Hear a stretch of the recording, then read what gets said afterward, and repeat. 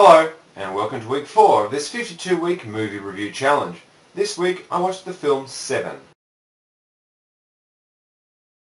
Se7en is a police procedural drama thriller from the mid-90s starring Brad Pitt and Morgan Freeman. It basically follows two police officers, Morgan Freeman as an older cop, Somerset, and Brad Pitt as a younger, more up-and-coming cop, Mills, as they investigate a series of cases that turn out to be linked. Now, I went to this film completely blind, but it was pretty obvious from the get-go that it was about the 7 deadly sins. I don't even feel that that's really all that spoilery, given it's on most of the movie posters, and I just managed to find one of them that didn't actually have it on it for the preview last week. So regarding the deadly sins, basically Somerset and Mills are investigating a series of murders centred around the 7 classic deadly sins, starting off with one that turns out to be gluttony and then the next one being greed. The murders themselves are fairly grisly, and as the film goes on they actually get more and more disconcerting. Sloth and lust in particular were very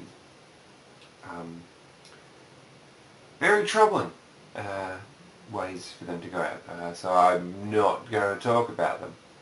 The opening credits actually don't list the actor who played the part of the killer, which I think is pretty brilliant, because that means that the actor didn't actually have to go through all the interviews and all that sort of thing, which would have spoiled their presence in the film, I guess. Speaking of particular actors though, John C. McGinley is back in again. He appeared randomly, 2 weeks ago in Office Space, and now all of a sudden he's in this film as well. He's everywhere. Well, not really. It's a sample space of 4 films so far. You know what I mean? And it's a very good ending as well. It's very well done. Obviously I'm not going to give out any details or anything like that, because once again I'm avoiding spoilers, even though the film's about 20 years old, almost. I feel like with films, the best way to experience them is obviously to watch them.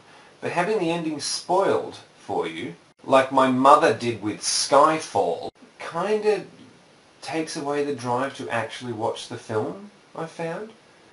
Overall, I'm going to give it 5 out of 7.